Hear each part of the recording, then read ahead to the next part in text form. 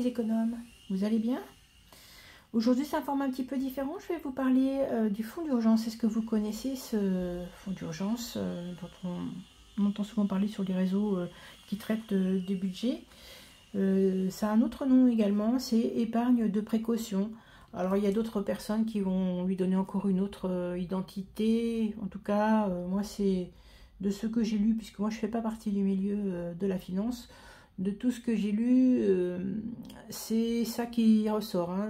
Ce dont je vais vous parler, c'est le fonds d'urgence ou épargne de précaution. Eh bien écoutez, on y va? C'est parti mon kiki? Allez, c'est parti. Qu'est-ce que c'est que cette chose-là, que le fonds d'urgence? En fait, c'est une réserve financière. Elle vous permet de vous pallier un petit peu au coup dur de la vie, hein. Vous perdez un emploi, vous avez un arrêt maladie qui engendre une perte de revenus, bah, vous êtes bien content d'avoir cette réserve qui vous attend. Une voiture qui tombe en panne alors que vous en avez besoin pour aller travailler, bah, vous êtes bien content d'avoir de l'argent de côté pour pouvoir faire les réparations. Une chaudière qui pète dans votre logement, bah, c'est pareil, hein. Il y a des choses, voilà, c'est de l'urgence, c'est de l'indispensable. Et c'est vrai qu'avoir des petites économies pour pallier à ça, c'est vraiment précieux. Et bien voilà, c'est ce qu'on peut dire, ce que nos anciens appelaient aussi également le bas de laine, hein. C'est ce que je vous disais, c'est une réserve d'argent qui vous permet de vous soulager lors des difficultés financières, surtout quand il y a des urgences. Il faut pas confondre ça avec le fonds d'urgence avec l'épargne de projet. L'épargne de projet, ça permet de financer des objectifs à long terme, comme par exemple une acquisition immobilière, ou la préparation d'un fonds de retraite, ou encore de l'épargne pour faire un fonds d'études pour les enfants. Ça c'est aussi important, mais c'est pas le sujet du jour, hein, de la vidéo. Alors une petite chose quand même, c'est si vous avez des dettes avec des taux d'intérêt élevés, il sera peut-être à envisager d'abord de rembourser ces dettes-là, pour éliminer en fait les frais qui sont dus à ces dettes, hein, les frais bancaires principalement. Et puis à ce moment-là, bon, bah, vous pourrez mettre en place votre épargne. Donc pourquoi cette épargne me semble indispensable? Bah, pour plein de raisons, hein. La première, c'est que ça évite le stress des dépenses imprévues, hein. Elles arrivent en général quand on s'y attend le moins, c'est évident. Elles permettent donc une tranquillité d'esprit, savoir qu'en cas de crise, on a toujours de quoi recouvrir aux besoins essentiels de la vie, payer le loyer par exemple, ou bien remplir son frigo. On n'est pas obligé non plus de demander de l'aide financière à ses proches, hein. Ça c'est un autre atout sur cette épargne-là, c'est que bah, nos proches quelquefois sont dans la même situation que nous. Et on n'est pas obligé de leur demander de l'aide. On n'est pas obligé non plus d'avoir recours au crédit à la consommation qui pour eux sont vraiment, pour le coup, sont vraiment très comment dire, peuvent mettre à mal vos finances, parce que les crédits à la consommation ont des taux d'intérêt excessifs. Donc voilà. Et puis une autre chose aussi, on pense toujours que les découvertes autorisées à la banque sont sympathiques, sauf qu'en fait la banque, elle est mercantile, hein. Elle va forcément récupérer de l'argent sur ce qu'elle vous prête ou ce qu'elle accepte comme découvert. Donc ça aussi ça coûte cher, donc on évite autant que possible tous ces déboires grâce au fonds d'urgence. Donc voilà, donc qu'est-ce que je pourrais dire en gros? C'est effectivement que ce fonds d'urgence, ça permet d'être tranquillisé, ça nous rassure, on a un petit bas de laine comme je vous disais, un coussin de sécurité, et surtout on a la certitude de faire face aux obligations sans passer des nuits blanches à se demander comment on va payer nos factures. Donc voilà, même si vous avez un budget modeste, ou si vous êtes un peu plus à l'aise financièrement, vous aurez, si vous êtes en mesure de faire cette épargne-là, de constituer ce fonds d'urgence, et ça en fera même une priorité absolue pour vous, hein. Vous verrez que vous serez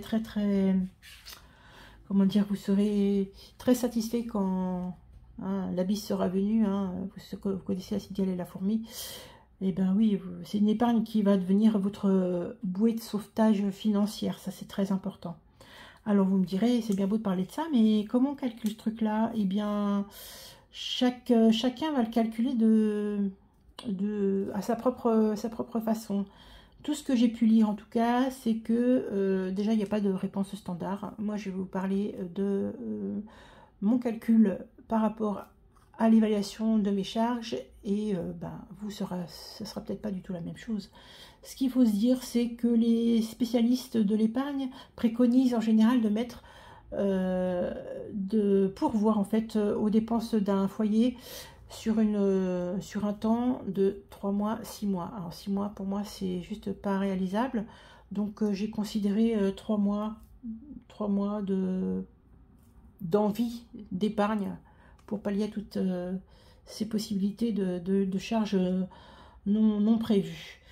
Alors forcément, vous allez me dire, c'est énorme. Oui, c'est énorme. En tout cas, une chose est certaine, c'est que c'est un travail de longue haleine et il ne faut surtout pas se démotiver.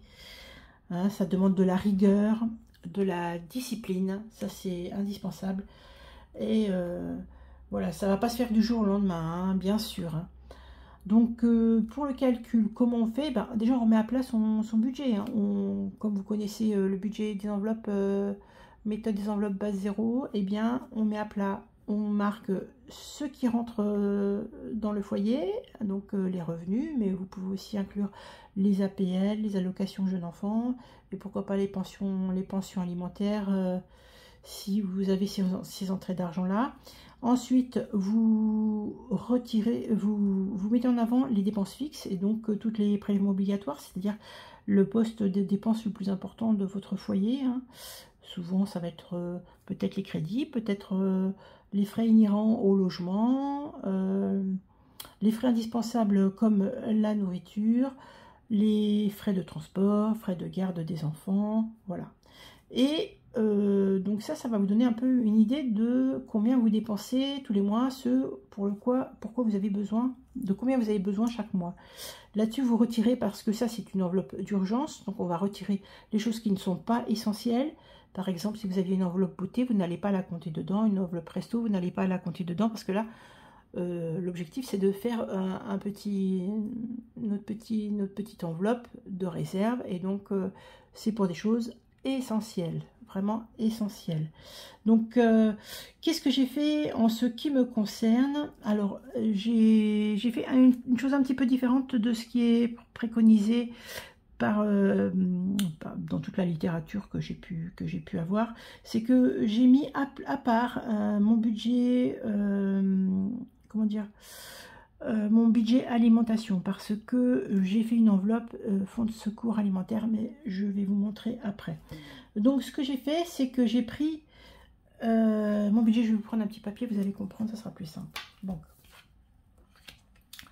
ça c'est mon revenu, vous voyez bien, oui, 1800 € de revenus.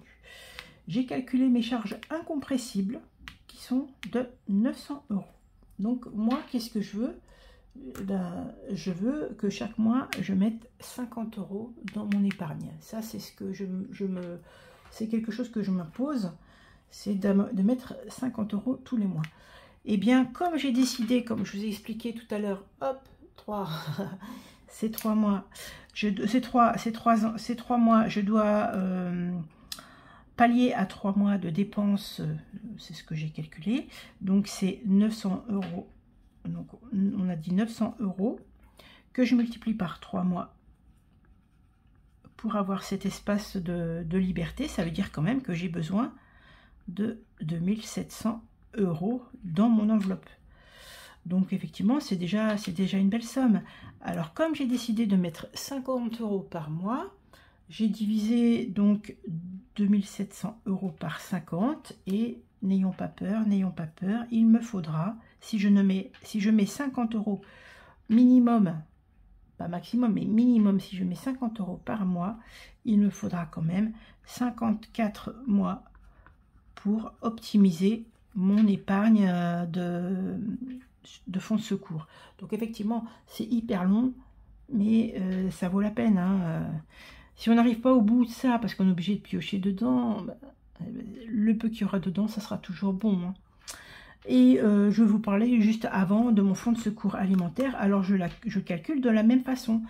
Moi j'ai calculé que donc hors budget, beauté, resto et autres petits plaisirs futiles ou indispensables à mes yeux, mais en tout cas dans la réalité non essentielle, j'ai besoin de 350 € par mois. Ça c'est pour remplir mes placards, pour pouvoir être... voilà, pour pouvoir manger quoi. Donc j'ai 350 € par mois. Pareil, je prends l'idée de mettre 50 € tous les mois. Hein. Je vous montrerai après que j'ai pas forcément mis 50 € parce que je l'ai commencé il n'y a pas longtemps non plus. Mais ça n'empêche que si je considère que je mets 350 €, si je considère 350 € par mois et que je multiplie tout ça par 3 mois, il me faut donc 1050 € en objectif d'épargne. Ce qui me donne, puisque je divise 1050 € par 50 € mensuels, j'espère que vous me suivez bien, j'espère que c'est très clair. Il me faudra pour le fonds de secours alimentaire, il me faudra 21 mois. Donc vous voyez bien, pour le fonds de secours, le fonds d'épargne, c'est objectif 2700, vous voyez bien, oui, 2700. Et si je mets 50 €, on a dit donc il me faudrait 54 mois. C'est très long, mais bon, c'est un objectif. Les objectifs, ça s'appelle du long terme ou du très long terme. Donc voilà, on voit bien très bien pourquoi ça s'appelle comme ça. Hein. Et donc le fonds de secours alimentaire, j'ai besoin de 1000,50 €. Et bien là, il me faudra, combien j'ai dit? J'ai dit 21 mois, en y mettant également 50 € par mois. J'espère avoir été claire avec tout ça. Vous voyez, vous comprenez un petit peu, je l'espère en tout cas. Donc voilà, écoutez, effectivement, c'est une épargne à de long terme, c'est vrai, mais voilà, c'est comme ça, qu'est-ce que vous voulez. Donc moi, vous l'avez vu déjà dans mes vidéos précédentes, j'ai un classeur de défis, je ne l'ai pas amené à côté de moi, mais j'ai un classeur des défis qui va me permettre de booster aussi cette épargne-là. Donc, je vous montre vite fait, un long terme. Voilà, donc je l'ai mis, j'ai mis en virtuel, hein. Je voulais pas avoir ces sous là, donc là voilà tous les sous que j'ai déjà mis. Donc mon enveloppe, j'ai décidé de faire un tracker sur 1000 €. À chaque fois que j'atteindrai 1000 €, j'effacerai. On en est encore loin, mais c'est pas grave, petit à petit l'oiseau fait son nid, hein, disait l'autre. Je suis déjà à 530, et puis voilà, je mets donc je mets tous les mois, je mets ça.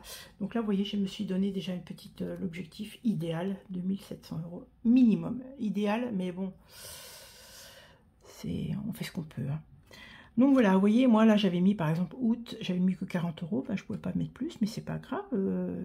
Même si je ne mets pas les 50 € que j'escompte, et ben ça sera juste un temps un peu plus long pour pouvoir avoir cette épargne-là. Qu'est-ce que vous voulez? C'est déjà bien. Alors forcément... Hein, qu'est-ce que je fais de cet argent-là? Ben, moi, je ne la mets pas sous mon matelas. Hein. C'est fini ce temps-là. Je ne tiens pas ni à perdre mon argent, ni à me le faire voler. Donc, vous avez déjà vu peut-être sur mes autres vidéos, mes petits billets factices. Ben, vous voyez, hop, une partie qui est là. Hein, et tout ça, ensuite, ça part à la banque. Hein. Donc, ils sont là, mes petits billets factices. Moi, j'ai un réel besoin de visualiser... de mes épargnes. Hein. Donc, vous voyez par exemple mon fonds de secours alimentaire, ce dont je vous ai parlé tout à l'heure. Hop, voilà, ça c'est la même chose. Et voilà, j'ai marqué ici, mon idéal, c'est celui-ci. Donc pour le moment, j'ai pas encore mis, mon fonds de secours alimentaire n'est pas encore en virtuel.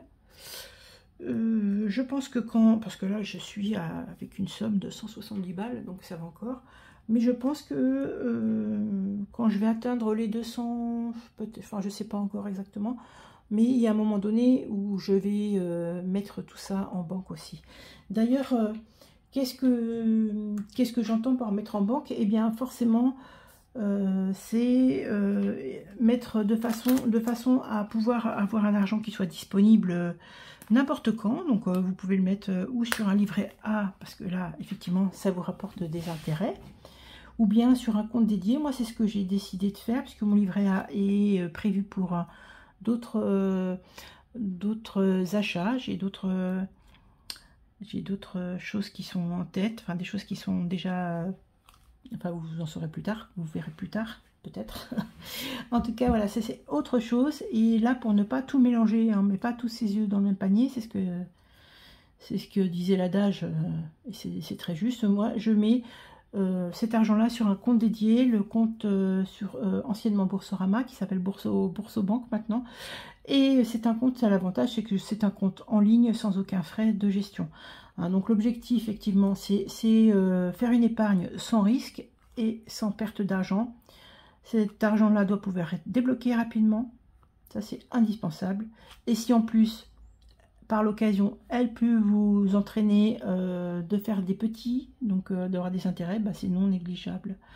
Une chose par contre à laquelle il faut penser, c'est on évite de placer notre argent sur des livrets qui sont bloqués du type LEP, parce que effectivement quand vous serez en difficulté, vous aurez peut-être besoin d'avoir l'argent de façon immédiate, et le temps de débloquer à la banque, quelquefois vous vous engagez sur 10 ans, 12 ans, et cet argent-là est bloqué.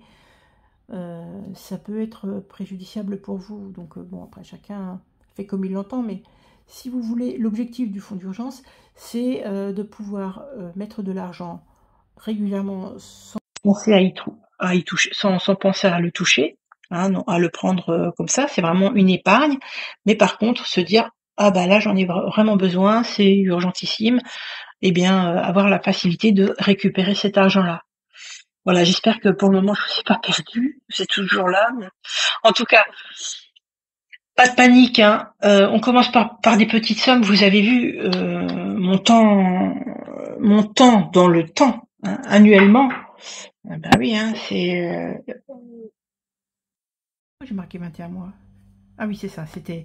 Donc pour le secours alimentaire, c'est 21 mois. Pour le fonds d'urgence, c'est 54 mois. C'est pas de suite hein, qu'on va avoir cet argent-là, la somme qu'on a objectivée. C'est pas grave. Le principal, c'est d'avancer. Hein. On avance à petits pas, c'est pas gênant ça. On met des sous de côté, ça c'est l'essentiel. Hein. Donc on résume vite fait le truc. Un coup dur, c'est le fonds d'urgence hein, ou épargne de précaution.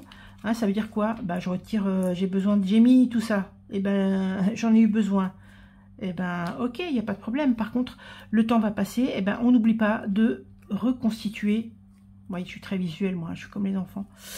On reconstitue notre fonds d'urgence le plus rapidement possible, ou en tout cas au plus que l'on peut, pour ne pas être en difficulté, parce que une épargne, elle est là, elle est importante, mais quand vous avez de l'urgence, et ben quelquefois, l'urgence, elle vient pas toute seule. Vous allez avoir peut-être une urgence qui va arriver, par exemple la bagnole, après il va y avoir la machine à laver à changer. Eh ben oui, c'est sûr que si vous reconstituez pas le fonds d'urgence dans lequel vous avez pioché, ben vous risquez de nouveau de vous retrouver un peu embêté. Donc on n'attend pas, hein. On fait le fonds d'urgence, on n'attend pas pour commencer. On a un petit revenu, et ben c'est pas grave. Le principal, c'est de mettre un tout petit peu de côté. Et si c'est 10 balles, c'est 10 balles. Vous serez très très heureux. Si un jour vous avez une difficulté et que ça vous coûte 100 € et que vous avez les 100 € sur votre petit plan d'épargne, enfin votre livret A ou peu importe où vous le mettez, ou même dans vos enveloppes si vous le souhaitez, eh bien vous serez bien content de les avoir. Voilà, et bien écoutez, j'espère que cette vidéo vous aura permis de mieux comprendre l'intérêt du fonds d'urgence. Encore une fois, hein, je ne suis pas pro, mais j'essaie de démocratiser un peu le truc.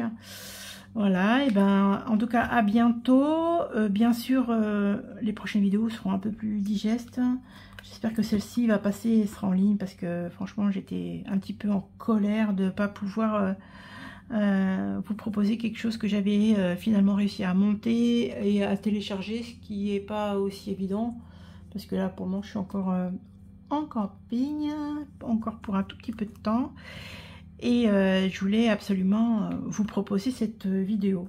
Bon, eh bien écoutez, en attendant, je vous souhaite une bonne journée, de belles économies et surtout vous lâchez rien, hein.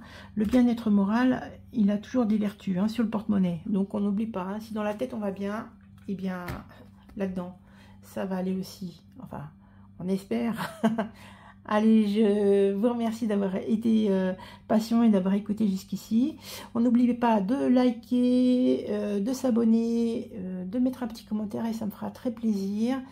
Et puis, je réponds toujours. Hein. Je n'ai pas 10 000 abonnés, donc j'ai la possibilité de répondre à tous. Et je vous remercie infiniment de me suivre. Allez, à très bientôt. Bisous, bisous.